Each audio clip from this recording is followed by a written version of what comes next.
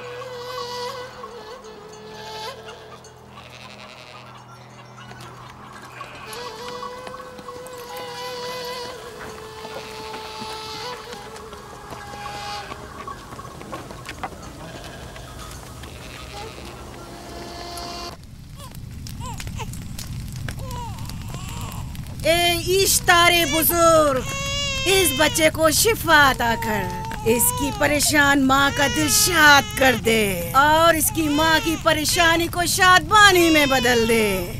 اے میرے خدا، اس بچے کو شفا عطا کر۔ اس بچے کی ماں یہ عہد کرتی ہے کہ تیری بارگاہ تیرے حضور میں قیمتی نذرانے پیش کرے گی۔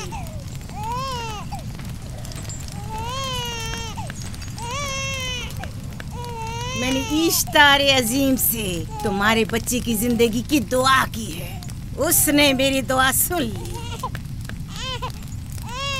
جاؤ اور اپنے بچے کی اس طرح تربیت کرو کہ وہ بڑا ہو کر اشتار کا پیروکار بنے۔ آپ کی اور اشتار عظیم کی بہت بہت مہربانی۔ اشتار مہربان پہ درود و سلام ہو، آپ کی بہت بہت مہربانی۔ میرا بچہ موت کے دہانے پر تھا، آپ نے اسے نئی زندگی بخشی۔ اشتار عظیم بزرگ اشتر کو سلامت رکھے، اشتر کی حفاظت فرمائے۔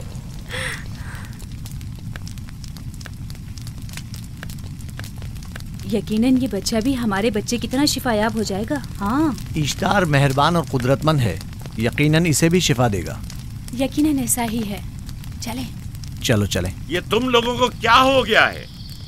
تم لوگ جو خود مسجود ملائک ہو، اپنے ہی بنائے ہوئے خداؤں کے سامنے ماتھا ٹیکتے ہو۔ تمام کائنات انسان کی تابع ہے، پھر بھی تم ان بے جان پتھروں اور بتوں کے سامنے سر جھکاتے ہو۔ تم یہ سب باتیں اپنے تئیں کر رہے ہو اور بیکار میں ہمارے خداؤں کی توہین کر رہے ہو۔ میں خود سے یہ باتیں نہیں کہہ رہا ہوں، میں خدا کا نبی ہوں اور میری باتیں کلام الہی میں سے ہیں۔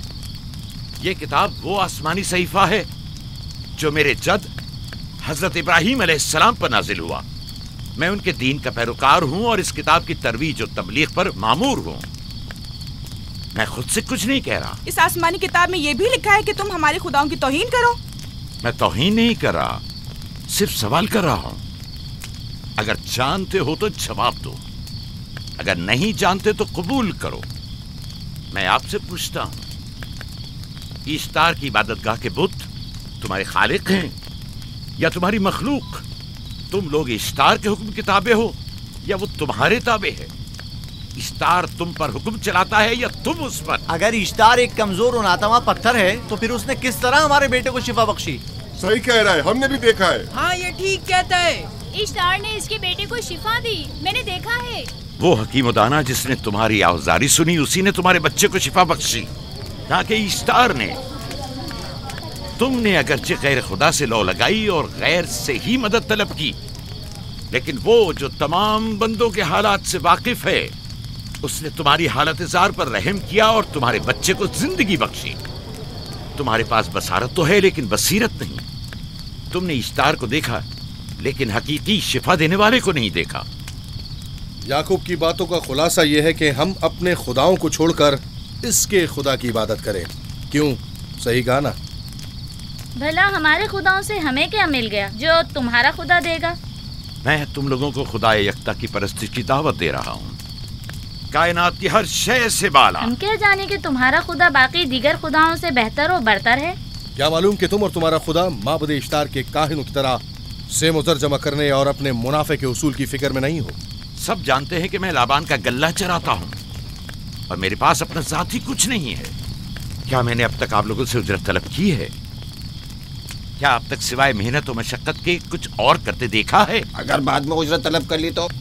اب تک تمہارے پاس طاقت نہیں تھی، ورنہ تم بھی کاہنوں سے کچھ کم نہیں ہوتے. تم سب ایک جیسے ہو، صرف اپنے مفادات کی فکر میں رہتے ہو اور اپنے پیٹوں کو بھرنے اور خزانوں کے انبار جمع کرنے میں لگے رہتے ہو. تم حق بجانب ہو. تم نے اپنا اکلوتا بیمار بیٹا کھویا ہے اور کسی نے بھی تمہاری مدد نہیں کی، نہ ہی ایسٹر جادوگرنی نے اور نہ ہی معبود کے خدا اشتار نے. اگر تمام خداؤں سے بھی منہ موڑ لو تب بھی حق بجانب ہو. مجھے معبود کے عاجز خدا اشتار سے کوئی سروکار نہیں. میں تمہارے نادیدہ خدا کے بارے میں بات کر رہا ہوں. ہم نے ان بے جان پتھروں کے خداؤں سے کیا کچھ نہیں سہا، اب کسی اور خدا کے متحمل نہیں ہو سکتے. معبود کے کاہن آ گئے. یہاں سے جلدی نکلو. ہٹ جاؤ فارس، ہٹ جاؤ.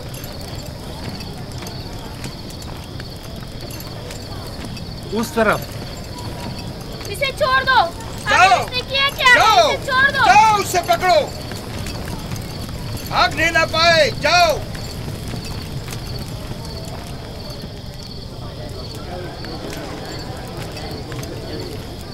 اگر حاکم لابان کے داماد نہ ہوتے تو تمہارے ساتھ وہ کرتا کہ.